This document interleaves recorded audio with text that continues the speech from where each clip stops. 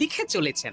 একজন মানুষ মনোযোগ দিয়ে কাজ করছেন আর তোমরা ক্রমাগত বকে চলেছো। না, আসলে মহারাজ কি কারণে চিন্তিত সেটা জানতে না পারলে আমাদেরও চিন্তা হয় বই কি। হুম অর্থ বুঝলে, অর্থ। রাজকোষের অবস্থা খুবই খারাপ, আর সামনেই তো শিবরাত্রি পুজো। কিভাবে যে কি হবে কিছুই বুঝতে পারছি না। মহারাজ, এরকম হলে এবারে কিভাবে পুজো হবে?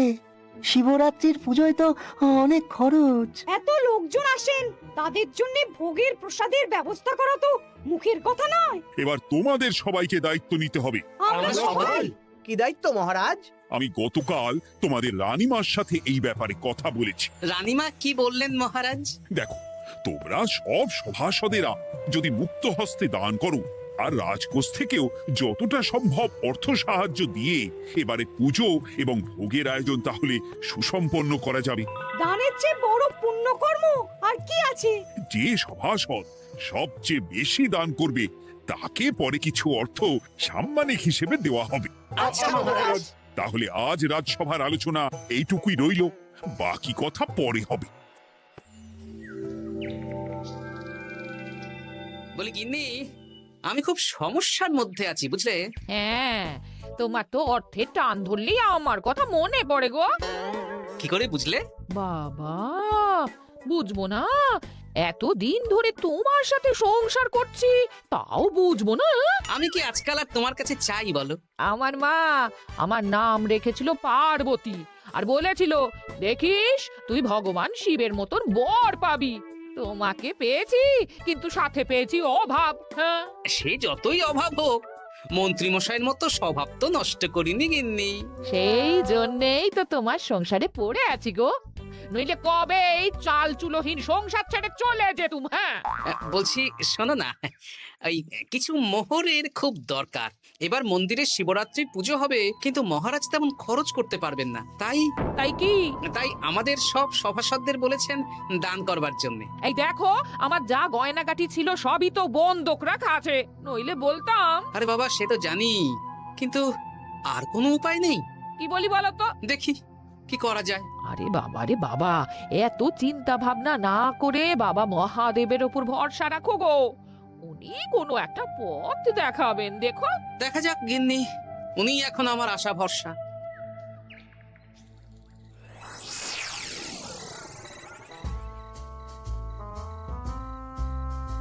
আরে মন্ত্রী মশাই, আপনি তখন থেকে শুধু এদিক ওদিক করছেন কেন বলুন তো? তা কি করব? না, আমরা তো বুঝতে পারছি না আপনার কি হলো। জীবনে অনেক অপমানিত হয়েছি, অনেক মার খেয়েছি, এবার সম্মান চাই। আর কেউ সম্মান না করলেও আমরা কিন্তু আপনাকে বেশ সম্মান করি মন্ত্রী মশাই। ওদের সম্মান আর মহারাজের সম্মানের মধ্যে অনেক পার্থক্য আছে। না, ওই ছোট মুখে বড় কথা বলছি মন্ত্রী মশাই, ক্ষমা করবেন। হ্যাঁ, মহারাজ আপনাকে কেন সম্মান করবেন? সামনে শিবরাত্রি, প্রত্যেক বছরের মতন এবছরেও গ্রামের মন্দিরে রাজবাড়ির তত্ত্বাবধানে পুজো হবে, আর সেই পুজোয় আমাকে দান করতে হবে। তা করুন, আপনার কি অর্থের অভাব নাকি? আরে বাবা, সব অর্থ দিয়েই তো তোদের গিন্নিমার গয়না বানিয়ে দিয়েছি, আমার হাতে আর আছে কই? ও, এই সামান্য ব্যাপার। আপনি মাছের তেলে মাছ ভাজুন। হ্যাঁ, আমিও তো তাই বলতে চাইছি। খোলসা করে বলতো তুই কি বলতে চাইছিস? মানে আমি বলতে চাইছি, আপনি আমাদের দায়িত্ব দিন, আমরা রাজ্যবাসীদের থেকে চাঁদা তুলবো, ভিক্ষে করবো। আরো অনেক কায়দা করে অর্থ উপার্জন করে আপনার হাতে দেব, আর সেই অর্থ আপনি নিজের বলে চালিয়ে দেবেন। ব্যাস, তাহলে তো আমার 90% চিন্তাই মাথা থেকে নেমে গেল। ব্যাস, আর কোনো চিন্তা নেই।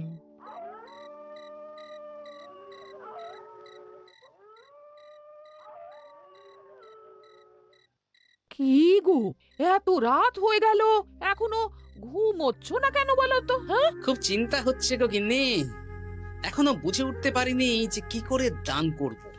শুধু অর্থদানই কি দান নাকি গো? শিব ঠাকুর তো আমাদের প্রত্যেকের মধ্যেই রয়েছেন গো। হ্যাঁ, তা তো তিনি আছেন। তুমি বরং ভক্তদের সহযোগিতা করো, পুজোর দিন ভক্তরা দূর থেকে যাতে মন্দিরে আসতে পারে সেই ব্যবস্থা করো, মন্দির প্রাঙ্গণ পরিষ্কার পরিচ্ছন্ন রাখো। হ্যাঁ, ঠিক বলেছো গিন্নি, এটা তুমি ঠিক বলেছো।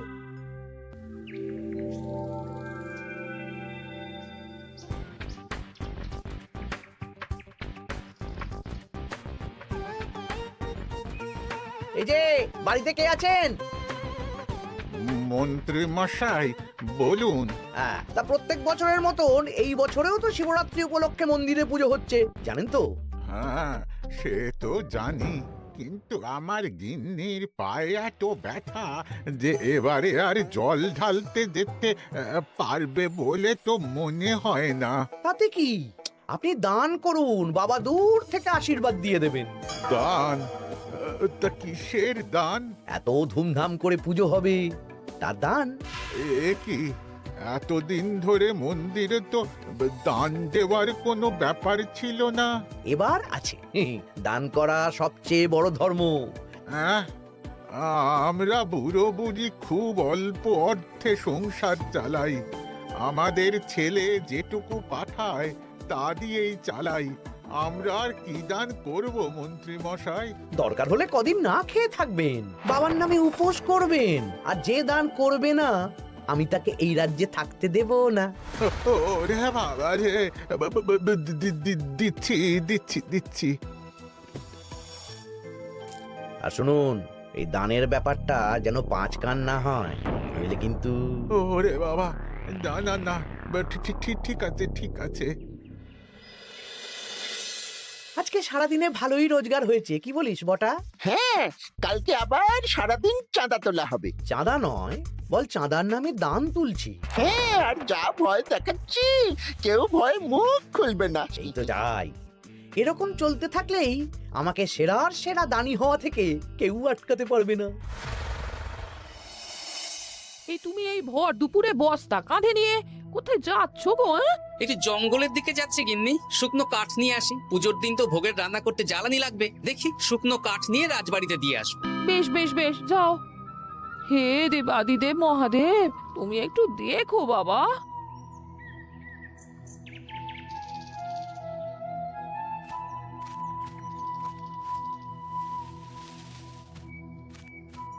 আরে আরে, নগেন খুঁড়ো না, এই সময় কাঠ কুড়োচ্ছ কেন? কি আর করব গোপাল, কাঠ কুড়িয়ে নিয়ে যাচ্ছি, এবার এগুলো হাটে বেচবো। সে কি গো, তোমার ছেলে তো শহরে চাকরি করে বলেছিলে, এ মাসে সে অর্থ পাঠায়নি? সে তো পাঠিয়েছিল বাবা, কিন্তু আর ভাগ্যের পরিহাস, কি বলবো বলো। কি হয়েছে, কোনো সমস্যা নাকি? না না না, সমস্যার কথা জানানো যাবে না, জানালেই আমাদের বিপদ। আরে কি হলো, চুপ কেন? কি গো খুড়ো, কিছু বলো। কাউকে বলবে না তো বাবা? না না, বলো না, আমি কাউকে বলবো না, আমাকে বিশ্বাস করতে পারো। আসলে আজকে সকালে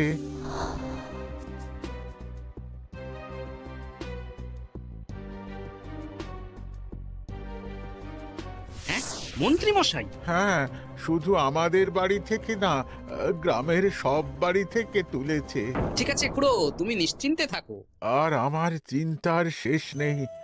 আমার গিন্নির কদিন ধরে এত পায়ে ব্যথা যে এবারে অতটা হেঁটে মন্দিরে বাবার মাথায় দুধ ঢালতে যেতে পারবে না। ঠিক আছে, তুমি একদম চিন্তা করো না, আমি দেখছি কি করা যায়।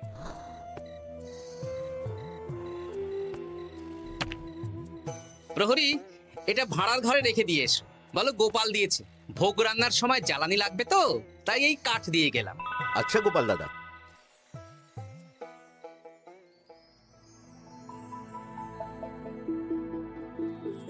তারপর সবাই কিছু অর্থের যোগান করতে পারলে? মহারাজ, আমি 5 মোহর অর্থ সাহায্য করতে চাই। আমিও 5 মোহর মহারাজ। বেশ গোপাল। মহারাজ, এখন আমার হাত একদম খালি, তাই আমি অন্যভাবে সহযোগিতা করার চেষ্টা করছি। কিরকম? এই তো গতকাল আমি 1 বস্তা কাঠ দিয়ে গিয়েছি, আজকে আরো দেব। তারপর আগামীকাল মন্দির চত্বর পরিষ্কার করব, আগাছা পরিষ্কার করব, পুজোর দিন ভিড় সামলাবো, যারা দূর থেকে আসবে তাদের একটা গরুর গাড়ি করে নিয়ে আসবো। আচ্ছা বেশ বেশ, কর। মন্ত্রী। মহারাজ, এই নিন, এতে 200 মোহর আছে, আমি আরো দান করব, আপনি কোনো চিন্তা করবেন না মহারাজ। বাহ বাহ বাহ বাহ, এ তো বিশাল ব্যাপার। আমি জীবনে অনেক পাপ করেছি, তাই এখন দান করে একটু যদি পুণ্য লাভ হয় সেটাই আশা। বেশ বেশ, পণ্ডিত তুমি আর রাজবৈদ্য তাহলে পুজোর দশকর্মা দ্রব্যাদি কেনাকাটা শুরু করো। এখন ধারে নিয়ে আসবে, পুজোর পরে সব শোধ করে দেওয়া হবে। আচ্ছা মহারাজ, ঠিক আছে। তাহলে আজকে আমি আর পণ্ডিত মশাই দুজনে বাজারের দিকে যাব আর সব দশকর্মার দ্রব্যাদি কিনে নিয়ে আসবো। হ্যাঁ হ্যাঁ তাই কর।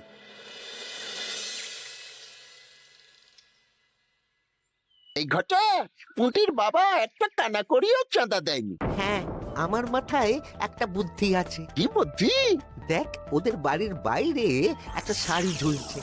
শাড়িটা দেখে খুব একটা ওই পুরানো মনে হচ্ছে না। ওটা হাত সাফাই করে বাজারে বেচে যা অর্থ পাবো সেটাই মন্ত্রী মশাইকে দেব, তাই তো?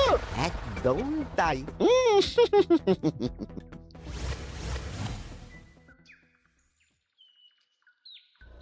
হাই পুটি, দেখ তোদের বাড়ি থেকে বটা ঘটা কাকা শাড়ি চুরি করছে। হ্যাঁ তাই তো। ন্যাপলা, ওরে বাবা রে, মরে গেলাম রে, মরে গেলাম। পালাও, পালাও, পালাও। ওরে বাবা। এই কি হয়েছে রে, চিৎকার করছিস কেন? আর বটা ওভাবে পালালো কেন? এই গোটা গোটা কাকা ওই পুটির মায়ের শাড়ি চুরি করে পালাচ্ছিল, আমরা ধরে ফেলেছি। সাব্বাস, এই তো চাই। তার মানে মন্ত্রী মশাই এখন দান করার জন্য চুরিও করাচ্ছে। বাহ, কি ভাবছো গোপাল দাদা? না কিছু না। আচ্ছা পুটির বাবা, তোমাদের বাড়ি মন্ত্রী মশাই চাঁদা তুলতে আসেননি? এসেছিলেন তো, কিন্তু আমি বলে দিয়েছি আমি পারবো না। নিজেদের বীজ ধান কেনার অর্থ নেই, চাঁদা দেবো কি করে? আচ্ছা এই ব্যাপার, এবার বুঝতে পেরেছি। অনেক ভয় দেখালেন, চমকালেন, কিন্তু কিচ্ছু দিইনি। তাই বটা ঘটা চুরি করতে এসেছি, বুঝেছি। বেশ, এই সাবধানে থেকো। কিভাবে যে সংসার চালাবো? শোনো পুটির বাবা, তুমি এক কাজ করো। বলো। জঙ্গলে অনেক ধুত্র গাছ, আকন্দ গাছ আছে। তুমি পুজোর দিন সকাল থেকে মন্দিরের কাছে একটা ফুল মালা বেলপাতার দোকান দাও। এটা ভালো বুদ্ধি দিয়েছো। আমি তো এখন মন্দির প্রাঙ্গণ সাফ সাফাই করতে যাচ্ছি, আমি বরং কাজের ফাঁকে তোমার জন্য একটা ছাউনি দিয়ে মন্দিরের কাছে দোকান বানিয়ে দেব। তাহলে তো খুবই ভালো হয়। এই পুটি, তোরাও আমার সাথে চল, হাতে হাতে সাহায্য করবি। চল চল চল। চলো গোপাল দাদু।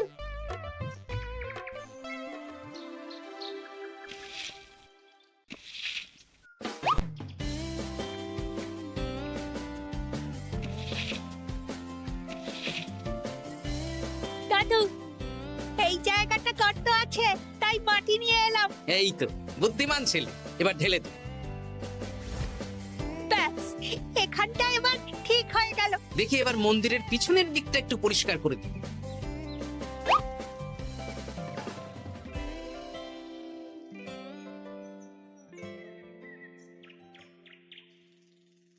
জয় মহাদেব। কি কিসের আওয়াজ হলো? হ্যাঁ দাদু, কিরকম একটা টং করে আওয়াজ হলো। দেখি তো। আরে বাবা, এটা ঘোড়া মনে হচ্ছে। হ্যাঁ তাই তো মনে হচ্ছে। জয় মহাদেব। বের করো, বের করো। এই তো।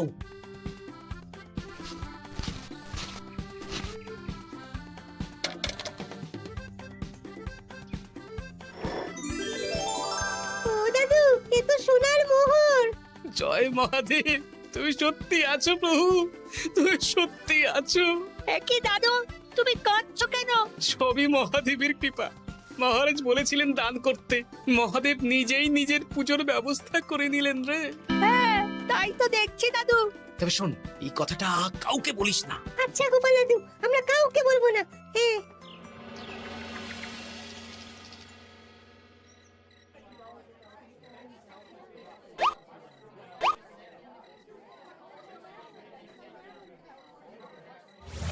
এবার আগামীকাল পুজো।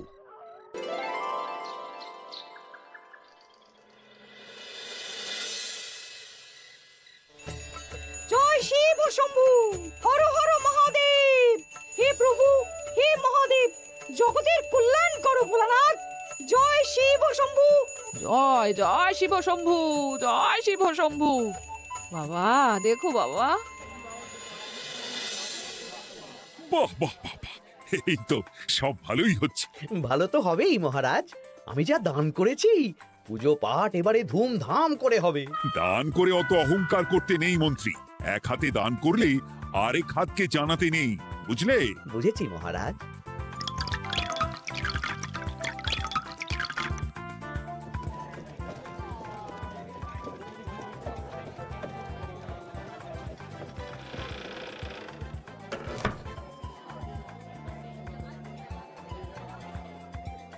আসুন খুড়িমা, আপনি আসুন।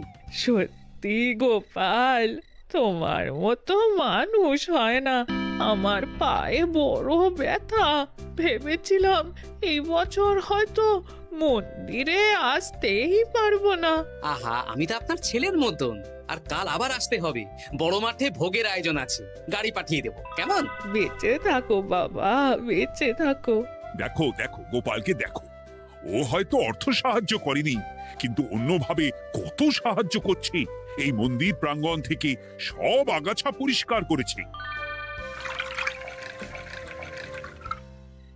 মহারাজ, আপনার সাথে কিছু কথা আছে। কি কথা? এখানে বলা যাবে না, যা বলবো আড়ালে। আচ্ছা চল।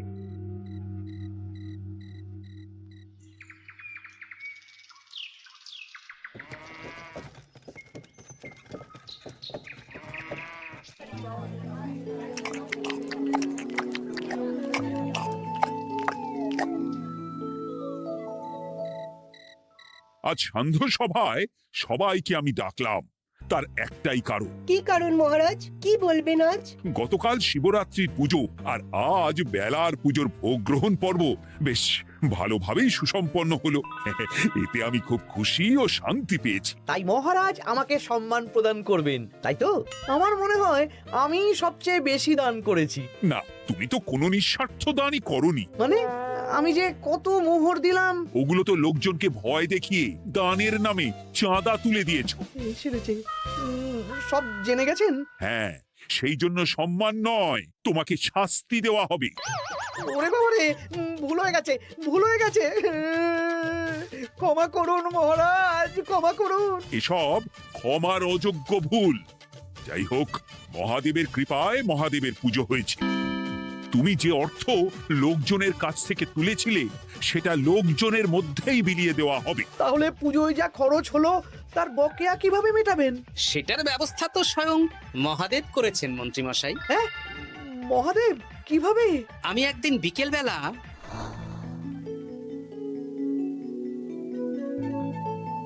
ওরে বাবা, এক ঘোড়া সোনার মোহর! হ্যাঁ, এক ঘোড়া সব মহারাজকে দিয়ে দিয়েছি। আর এই দান সংক্রান্ত যে অর্থ সাম্মানিকের কথা বলেছিলাম তা পাবে গোপাল।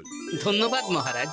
তবে মন্ত্রীমশাই যে অর্থ লোকজনের কাছ থেকে বলপূর্বক তুলেছেন সেটা দিয়ে গরিব চাষি ভাইদের বীজ কেনার অর্থ দান করা হবে। আর মহাদেবের কৃপায় যে এক খড়া মোহর পাওয়া গেছে তা দিয়ে বকেয়া মেটানো হবে। সাবাস গোপাল, সাবাস। এই না হলে আমার গোপাল। সাধু সাধু! আর মন্ত্রীমশাইকে কি করা হবে? ওকে কাল শাস্তি দেওয়া হবে।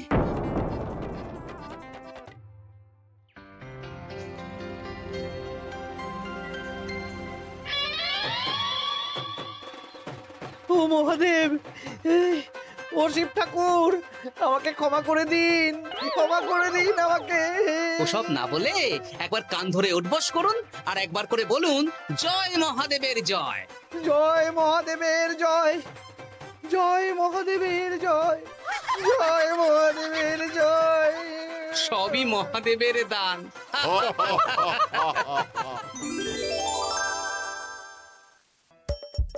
হাসির রাজা, জ্ঞানের রাজা, রসিক রাজা।